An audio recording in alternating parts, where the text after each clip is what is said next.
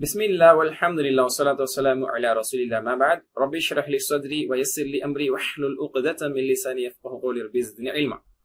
அஸ்ஸலாமு அலைக்கும் வரஹ்மத்துல்லாஹி வபரகாத்துஹு. அன்பிற்கு குறித்தான சகோதர சகோதரிகளை தஜ்வீத் பயிலுவோம் எளிய வழியில் என்ற பாடத்திட்டத்தில் 13வது பாடத்தை 13A பாடத்தை இப்போது நாம் பார்க்க இருக்கிறோம். இதில் நாம் நெக்ஸ்ட் மஹ்ரஜுக்கு வந்துட்டோம், அதாவது தொண்டை எழுத்துக்கள். அதில் 2 எழுத்துக்களை பற்றி பார்க்க போறோம் விலாவரியாக. அல்ஹம்துலில்லாஹ், இந்த ரைம்ஸ் என்பது நமக்கு மிக மிக முக்கியமானது. நிச்சயமா இதை சாதனமா விளையாட்டுத்தனமா எடுத்துக்காம கண்டிப்பா பிராக்டிஸ் பண்ணுங்க. இதனுடைய பலன் நிச்சயமாக நம்ம உணரும்படியாக இருக்கும். ரைட் ஹேண்டோடைய லெட்டர்ஸை நம்ம முடிச்சு மாஷால லெஃப்ட் ஹேண்ட்லையும் கூட மிடில் ஆஃப் தி டங்கை முடிச்சு நம்ம எட்ஜ் ஆஃப் தி டங்கையும் சென்ற பாடத்தில் முடிச்சோம். அடுத்து இப்போ கிட்டத்தட்ட த்ரோட் லெட்டருக்கு வந்துட்டோம். 6 ஃப்ரம் த த்ரோட் எனக்கூடிய த்ரோட் லெட்டருக்கு வந்திருக்கும். அல்ஹம்துலில்லாஹ், த்ரோட் லெட்டர் கம்ப்ளீட்டா முடிச்சதுக்கு அப்புறம் நம்ம ரைம்ஸ் இன்னும் முழுமையா அந்த த்ரோட்டோட சேர்த்து நம்ம ரைம்ஸ் சொல்றதுக்கு பொருத்தமா இருக்கும். அது வரைக்கும் நீங்க கா வரைக்கும் நீங்க கண்டிப்பா நிச்சயமா பிராக்டிஸ் பண்ணதான் செய்யணும். அதுல மாற்று கருத்து இருக்கக்கூடாது. தளர்வும் அதுல அசட்டியும் நிச்சயமா இருக்கக்கூடாது. சரி, ஓகே. இப்ப நம்ம 2 லெட்டர்ஸ் பார்க்கிறோம். 6 ஃப்ரம் த த்ரோட், 6 எழுத்துக்கள் தொண்டையிலிருந்து வருகிறது. அது நம்ம எந்த ஆர்டர்ல பார்க்க போறோம்னா, கீழ் தொண்டை முதல்ல பார்ப்போம். ஓகேங்களா? பாட்டம் ஆஃப் தி த்ரோட், அதுக்கப்புறம் மிட் ஆஃப் தி த்ரோட், நடு தொண்டையினோட 2 எழுத்துக்கள், அப்புறம் மேல் தொண்டையினோட 2 எழுத்துக்கள், கீழ் தொண்டை, நடு தொண்டை, மேல் தொண்டை, இப்படி 2 எழுத்துக்களா நம்ம இன்ஷா அல்லாஹ் பார்த்து முடிப்போம். இதில் கீழ் தொண்டையிலிருந்து 2 எழுத்துக்கள் வருது. அதுதான் அ என்ற உச்சரிப்பு கொண்ட ஹம்சா. இதனுடைய பேர் ஹம்சா. அதனால இதனுடைய ஒலி என்ன, ஓசை என்ன, ஹரக்கத் பெற்று குறியீடு பெற்று வரும் பொழுது அ இ உ, அதான் அ என்ற உச்சரிப்பு கொண்ட ஹம்சா. சரிங்களா? நம்ம தமிழ்ல ஆ ஆன்னு சொல்லுவோம். அதுக்காக இது ஆன்னு சொல்லக்கூடாது. அ அ அப்படி சொல்லணும். தமிழ்ல அப்படி சொல்ல மாட்டோம். அ ஆ அப்படி சொல்ல மாட்டோம். அ ஆ அப்படி நார்மலா தான் சொல்லுவோம். அ ஆ அப்படி நார்மலா சொல்லுவோம். சரிங்களா? ஆனால் அரபியை பொறுத்த வரைக்கும் பெர்ஃபெக்ஷன் ரொம்ப முக்கியம். அ என்ற உச்சரிப்பு தரும் ஹம்சா அப்படிதான் சொல்லணும். சரிங்களா? இங்க பாருங்க, நான் சொன்ன மாதிரி கீழ் தொண்டையிலிருந்து 2 எழுத்துக்கள், அதுதான் அ ஹ, அதாவது ஹம்சா ஹ. நடு தொண்டையிலிருந்து 2 எழுத்துக்கள் ஐன் ஹ.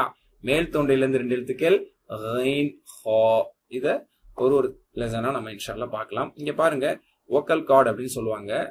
சௌத்தைனில் வச்சரைன், அதாவது அந்த சத்தத்தை உருவாக்கக்கூடிய பிறக்கும் இடம், ஒலி பிறக்கும் இடம். அந்த ஒலி பிறக்கக்கூடிய இடத்துலதான் கிட்டத்தட்ட ஹம்சாவும் ஹாவும் இருக்கு கீழ் தொண்டை கிட்ட. ஓகேங்களா? ஹ, அதே மாதிரி அ அ ஹ. இங்க பாத்தீங்கன்னா அந்த அதிர்வு நீங்க ஃபீல் பண்ண முடியும். இங்க அந்த அதிர்வு இருக்காது. அ இங்க இருக்காது. மேல் தொண்டையிலேயே அ இருக்காது. கீழ் தொண்டையில பாருங்க அ அ அ ஃபீல் பண்ண முடியும்.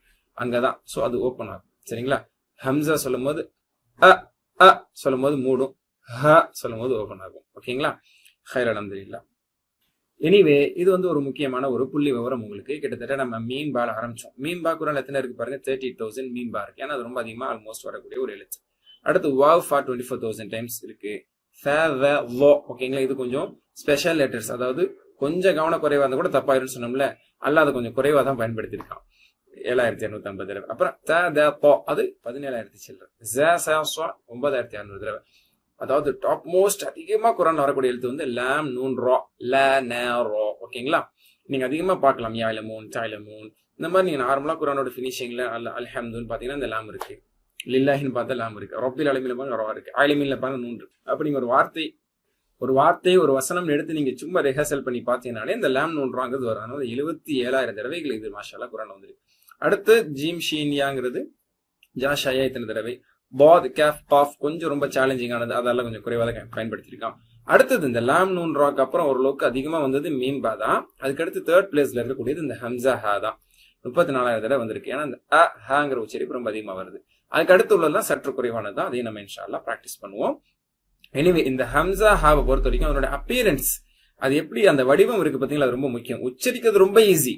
அ எல்லாருக்கும் வரும். அ இ உ எல்லாருக்கும் வரும். ஆனா அந்த ஹம்சாவை நம்ம கேட்ச் பண்றது, கண்டுபிடிக்கிறது, அதோட ஃபார்ம்ஸ் என்ன, ஷார்ட் ஃபார்ம், ஃபுல் ஃபார்ம், அது எப்படி எல்லாம் வருங்கிறத தெரிஞ்சுக்கணும். அதனால ஹம்சாங்கிறது பாத்தீங்கன்னா எப்பவுமே முன்னாடி பின்னாடி ஜாயினிங்கே இருக்காது. பாருங்க, தனித்தே இருக்கு. ஃபுல் ஃபார்மா இருக்க வேண்டிய இடத்துலயும் சரி, ஷார்ட் ஃபார்மா இருக்க வேண்டிய இடத்துலயும் சரி, எப்பவுமே ஃபர்ஸ்டாவோ மிடிலாவோ லாஸ்டாவோ எங்கே வந்தாலும் பாருங்க ஒரே மாதிரியான இடத்துல தான் இருக்கும். உதாரணத்துக்கு அது அலிஃபாகவும் சில நேரங்களில் பயன்படுத்தப்படுது.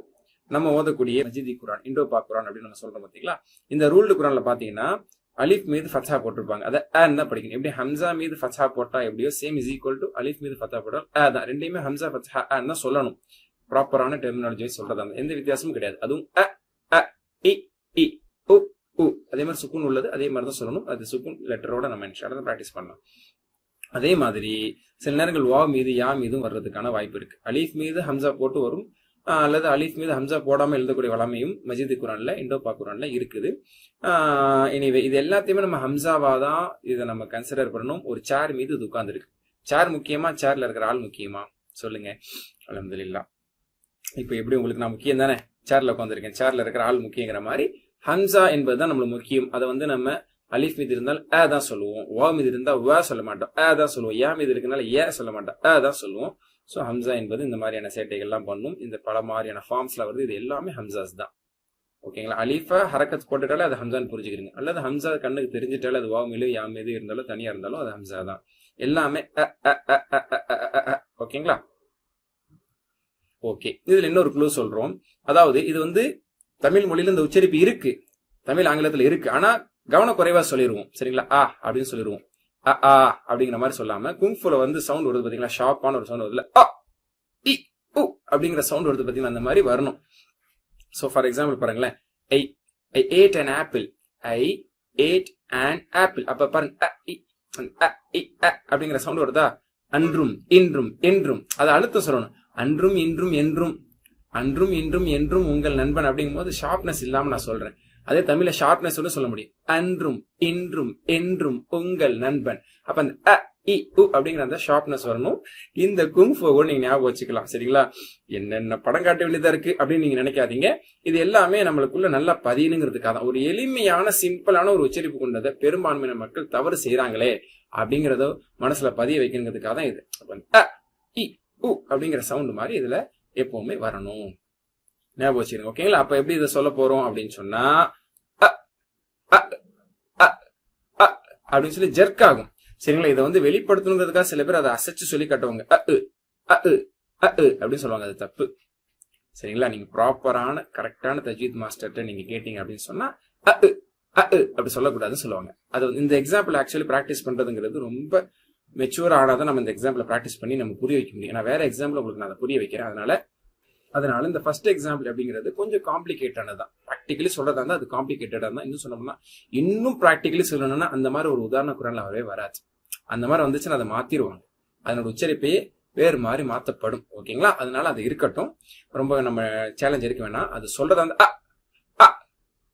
அப்படின்னு சொல்லணும். சரிங்களா? அதனால அது ரொம்ப பெரிய நம்ம காம்ப்ளிகேட் ஆக்கிக்க வேணாம். ஃபத்தா கசர் தான் நம்ம சொல்லுவோம். ஷார்ப் இல்லாம அப்படின்னு சொல்லக்கூடாது.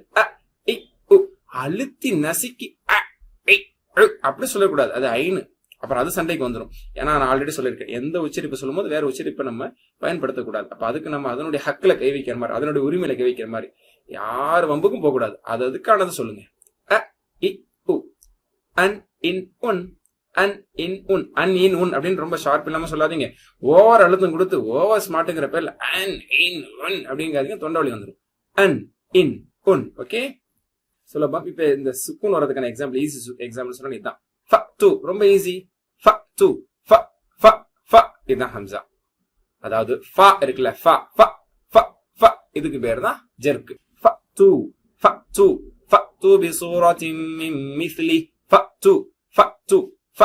வந்துருச்சா? ஃபாத்துன்னு சொல்லக்கூடாது. போய் முட்டக்கூடாது. ஓகேங்களா? ஒரு சுருக்குன்னு ஒரு குத்து குத்துற மாதிரி. ஓகே.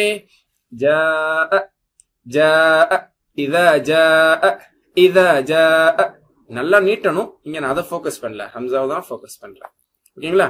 ஈயாக்க ஷார்ப் இல்லாம ஈயாக்க ஈயாக்க ஈயாக்க நாக்க வச்சு சொல்லக்கூடாது, தொண்டை வச்சு சொல்லணும். ஈயாக்க ஈயாக்க நஅ்புது வ ஈயாக்க நஸ்தஈன்.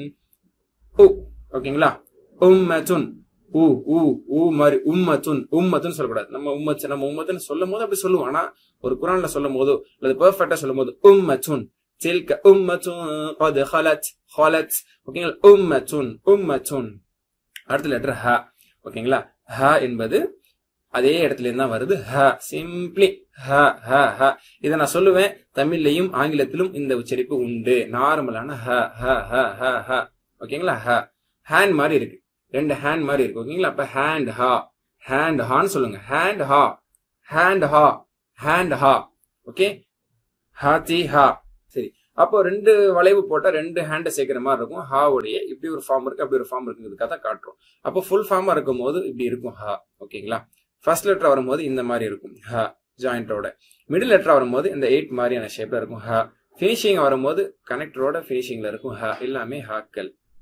ஸோ இந்த 2 எழுத்துமே ப்ரொனன்சியேஷன்ல, ஸ்பெல்லிங்ல, உச்சரிக்கிறதுல இதுல சேலஞ்சிங்கே கிடையாது. அ ஹ ரொம்ப சிம்பிள், தமிழ்ல மாதிரி தான். ஆனா ஷேப்ல பாருங்க ரொம்ப நம்மளுக்கு விளையாட்டு காட்டுது.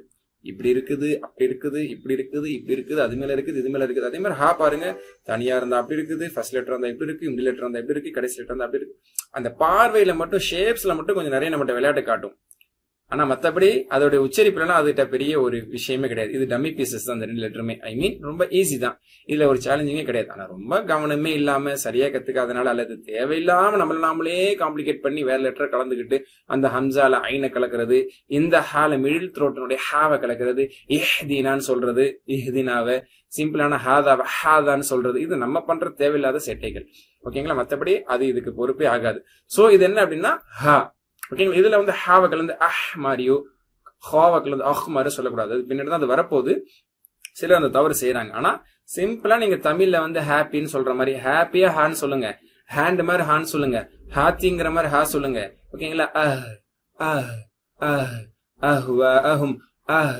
ஓகேங்களா? இது தொண்டை எழுத்து தான் ஆக்சுவலி. ஆனா நெஞ்சில கை வச்சு சிலர் பழக்கத்துல சொல்றது உண்டு, ஏன்னா இது நெஞ்சில இருந்து வருதுங்கிற மாதிரி. அப்படி கூட நினைச்சுக்கிட்டா ஒன்னும் தப்பு கிடையாது. அப்பதான் அது பியூரா வரணுங்கிறதுக்காக. பட் பிராக்டிகலி அது வந்து நெஞ்சில இருந்து வரல, கீழ் தொண்டையில இருந்து வருது. ஓகேங்களா? இன்னும் டீப்பா சொன்னா கீழ் தொண்டை அடி தொண்டையில இருந்து கூட வரல, சற்று கீழே கொஞ்சம் மேல இருந்து அது வரும். அதுக்கு மேல மிடில் தொண்டை, அதுக்கு மேல மேல் தொண்டை நம்ம சொல்லுவோம். ஓகேங்களா? எனிவே இப்ப வந்து பிராக்டிஸ் பண்ணுங்க. என்ன தப்பு பண்ணக்கூடாது, அஹ் அஹ் அஹ்ன்னு சொல்லி ஏர வந்து ஷார்ப்பா நீங்க ரிலீஸ் பண்ணாதீங்க. ஷார்ப்னஸ் இதுல இருக்கக்கூடாது. ஓகேங்களா? மிர்ச்சி சாப்பிட்ட மாதிரி அஹ் அப்படிலாம் சொல்லக்கூடாது. அஹ் அஹ் ஹ ஹி ஹூ, ஹ ஹி ஹூ, ஹ ஹி ஹூ. சரிங்களா? அதுக்கு தான் நான் சிம்பிளா சொல்லுவேன். ஹாப்பி, ஹார்லிக்ஸ், ஹேண்ட் அந்த மாதிரி நார்மலா சொல்லுங்க. நீங்க வந்து ஹாப்பின்னு சொல்ல போறது இல்ல, ஹேண்ட்னு சொல்ல போறது இல்ல, ஹார்லிக்ஸ் சொல்ல போறது இல்ல. அந்த மாதிரி ஹ ஹி ஹூ, ஹன் ஹின் ஹுன், ஹ ஹி ஹூ, ஹன் ஹின் ஹுன். Okay, very simple, very simple, very simple. ஓகேங்களா? ஹ அஹ் அஹ்தா, அஹ்தா, அஹ்தா, அஹ்தா கிடையாது.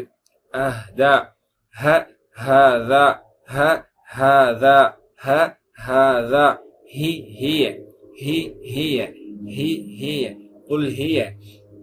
ஓகேங்களா? ஹூ ஹுவ, ஹூ ஹுவ, ஹுவ இல்ல ஹுவ. குல் ஹுவ அல்லாஹு அஹத் வஹுவல் வஹுவ. ஓகேங்களா? அதே மாதிரி இஹ்தீனா கூட இதுக்கான ஈஸி எக்ஸாம்பிள். இஹ்தீனா, இஹ்தீனா.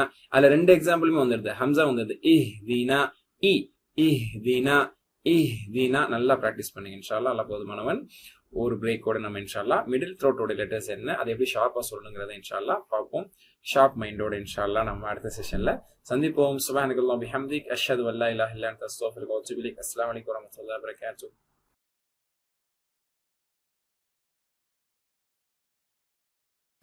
பிஸ்மில்லாஹ் வல்ஹம்துலில்லாஹ் வஸ்ஸலாத்து வஸ்ஸலாமு அலா ரசூலில்லாஹ். அம்மா பஅத். ரப்பி ஷ்ரஹ் லி ஸத்ரி வயஸ்ஸிர் லி அம்ரி வஹ்லுல் உக்ததம் மின் லிசானி யஃப்கஹு கௌலி. ரப்பி ஸித்னி இல்மா. அஸ்ஸலாமு அலைக்கும் வரஹ்மத்துல்லாஹி வ பரகாத்துஹு. அன்பிற்குரிய சானவர்களே, தஜ்வீத் பயில்வோம் எளிய வழி என்ற பாடத்தினுடைய பயிற்சி வகுப்பில் 13வது பாடத்திற்கு நம்ம பார்க்க போறோம். அதுல நம்ம சூரா கஹ்ஃபினுடைய இறுதி 2 வசனங்களை நிறைவுபடுத்தி இருக்கிறோம். அல்ஹம்துலில்லாஹ். இதுல இருக்கக்கூடிய விஷயத்தை நம்ம இப்ப பார்க்கலாமா? பொதுவாக நம்ம முன்பே சொன்ன ஒரு டாக்டிக்ஸ், ஒரு பிராக்டிஸ் தான் இப்போ நம்ம பண்ண போறோம். என்ன அப்படின்னா மூச்சு பயிற்சி. ஏன்னா நம்ம குர்ஆன் ரெசிடேஷனுக்கு மூச்சு பயிற்சிங்கிறது ரொம்ப தேவை. அதிகமாக காரிகள் ஓதும் போது, ஹாஃபிஸ் ஓதும் போது இந்த பெரிய பெரிய ஆயத்து எப்படிதான் ஓதுறாங்களோ தெரியலையே அப்படின்னு நம்ம நினைப்போம். அவங்களுக்கும் நம்மளுக்கு இருக்க எல்லாருக்குமே ஒரே எனர்ஜி தான். என்னன்னா ஓதி பழக்கம், மூச்சு பிடிச்சு ஓதி பழக்கம். நம்ம இப்போ உடனே அதை கொண்டு வரணும் அப்படின்னு சொன்னா நம்ம என்ன செய்யணும் அப்படின்னா, நல்லா வந்து மூச்சு இழுத்து விடணும். நல்லா டீப் பிரீத் எடுத்து நம்ம விடும் பொழுது அது ஆக்சிஜன் லெவல் நம்மளுக்கு என்ன ஆகும், எக்ஸ்ட்ரா ஆகும், இம்ப்ரூவ். அதனால மூச்சை எடுத்து ஆக்சிஜன் நம்ம என்ன பண்ணணும், உள்வாங்கி நம்ம பண்ணும்போது அது ரத்தத்திலையும் ஒரு ஓட்டம் ஏற்படுகிறது, ரத்த ஓட்டம் சீராகிறது, வேகமாகிறது, மூளை புத்துணர்ச்சி அடைகிறது. அதனால சாதாரண நிலையில் இப்படி நம்ம இருக்கும்போது மூச்சு இழுக்கணும், வயிறு ஃபுல்லா நிரப்பணும், இழுத்து விடணும். அப்புறம் நல்லா நெஞ்சு வரைக்கும் இப்படி விடும் பொழுது என்ன ஆகுது, மாஷா அல்லாஹ், அது இந்த ரிலாக்ஸ்னஸ் கிடைக்குது. இது உண்மையாவே இந்த ப்ராக்டிஸ் பண்றவங்களுக்கு தெரியும். சரி, இன்ஷா அல்லாஹ் இதுல என்னை விட எக்ஸ்பர்ட்டா நீங்க இருப்பீங்க. இன்ஷா அல்லாஹ் ப்ராக்டிஸ் பண்ணுங்க. அடுத்த 2 வசனங்கள் நம்ம பார்க்க போறோம். 5, 6. ஓகேங்களா? வலா அன்தும் ஆபிதூன மா அஅபுது. 5வது வசனம். 3வது வசனமே தான் திரும்ப அல்லாஹ் சுப்ஹானஹு வ தஆலா 5வது வசனம் அதை ரிப்பீட் பண்றான். மாஷாஅல்லாஹ். இதோட பொருள் விளக்கம் என்னங்கிறதெல்லாம் நம்ம இன்ட்ரடக்ஷன் குர்ஆன் கோர்ஸ்ல நம்ம படிச்சிருப்போம். படிக்காதவங்க அதை படிச்சுக்கோங்க. இங்க வந்து நம்ம இதனுடைய தஜ்வீதை பார்த்துட்டு இருக்கோம். ஓகேங்களா? வலா அன்தும். இது நம்ம திரும்ப ரொம்ப பிராக்டிஸ் பண்ண தேவையில்லை. ஏன்னா சென்ற பாடத்துல இது நம்ம பிராக்டிஸ் பண்ணியிருக்கோம். வலா அன்தும் வலா அன்தும் ஆபிதூன ஆபிதூன ஆபிதூன மா அஅபுது மா அஅபுது மா அஅபுது. சரிங்களா? ரொம்ப ஈஸியா நம்ம சொல்லிடலாம். ஃபுல்லா சொல்லுங்க. ولا أنتم عابدون ما أعبد ولا أنتم عابدون ما أعبد. இதுதான் இந்த வசனம். ஃபினிஷிங்ல அந்த கல்குலா பண்ணிருப்பீங்க. ஃபைனலி லக்கும் தீனுக்கும் வலிய தீன். லக்கும் தீனுக்கும் லக்கும் தீனுக்கும். ஓகேங்களா? லக்கும் தீனுக்கும். தீல மத் இருக்கு. ஓகேங்களா? லக்கும் தீனுக்கும். இந்த ங்கிறது அது வந்து நல்லா கும் கும்னு இருக்கணும். சரிங்களா? கட் பண்ண கூடாது. லக்கும் தீனுக்கும் லக்கும் தீனுக்கும். கும் கும் கும் இல்ல கும். லக்கும் லக்கும் கிடையாது. லக்கும். புரியுதா? தீனுக்கும் தீனுக்கும் வலிய தீனுக்கும் வலிய தீனுக்கும். அந்த உதர அழுத்தி அந்த ஹம் பண்ணி அதுல இருக்கக்கூடிய ஒரு பியூட்டிஃபுல்லான நேச்சுரலான அந்த உணவை வெளிப்படுத்தணும். ஓகேங்களா? லக்கும் தீனுக்கும் லக்கும் தீனுக்கும் வலியதீன் வலியதீன் லக்கும் தீனுக்கும் வலியதீன். சொல்லுங்க. லக்கும் தீனுக்கும் வலியதீன் லக்கும் தீனுக்கும் வலியதீன். வலிய வலியதீன் வலிய இல்ல வலி. ஓகேங்களா? லக்கும் தீனுக்கும் வலியதீன். இது நம்ம பொதுவாக ஃபினிஷிங் போது 2 கூடும் 4 கூடும் 6 கூடும். இந்த சூழல் நீங்க அதை அப்படியே நீங்க மெயின்டைன் பண்ணிக்கலாம். சரிங்களா? லக்கும் தீனுக்கும் வலியதீன். 6 அரக்கா 2 4 6 அந்த இன் ஃபினிஷிங் தீன் தீன் அப்படி கட்டார கூடாது. கவனிக்கிறீங்களா? தீன் தீன் இல்ல தீன். தீன் தீன் 4 இருந்தாலும் தீன் தீன் அப்படிங்கிற பினிஷிங்க பக்காவா கொடுக்கணும். அப்பதான் அந்த பியூட்டிஃபுல்லான அந்த பினிஷிங் கிடைக்கும். இப்படி நம்ம சூரா காஃபிர் மாஷா அல்லாஹ் பிராக்டிஸ் பண்றோம். பொதுவாகவே ஒரு சூரா நம்ம தொழுவ போறோம் அப்படின்னா ஒரு சுருக்கமா தொழுவ போறோம்னா சூரா ஃபாத்திஹா ஓதும். குலியாஹி காஃபிர் தன்னால வரும். அதனால நம்ம கோர்ஸ்லயும் அந்த சூரா தன்னால வந்துருச்சு. ஆனா ரசூலுல்லாஹ் ஃபஜ்ருடைய முன் சுன்னத்தை ஓதுவாங்க, மக்ரிபுடைய பின் சுன்னத்தை ஓதுவாங்க. உம்ரா ஹஜ்ஜில வந்து மக்காம் இப்ராஹிம் தவாஃப் பிறகு மக்காம் இப்ராஹிம் முன்னை சொல்லும் போது இந்த சூரா ஓதுவான்னு வருது. ஸோ முக்கியமான ஒரு சூரா. இதை நம்ம முறையை ஓதுறதுக்கான பிராக்டிஸ் எடுத்திருக்கோம். அல்லாஹ்வுக்கு எல்லா புகழும். அல்லாஹ்வுக்கு நன்றி செலுத்துங்கள், முயற்சி செய்யுங்கள். சுப்ஹானக்கல்லாஹு வபிஹம்திக் அஷ்ஹது அல்லா இலாஹா இல்லா அன்த அஸ்தக்ஃபிருக வ அத்தூபு இலைக். அஸ்ஸலாமு அலைக்கும் வரஹ்மத்துல்லாஹி வபரகாத்துஹு.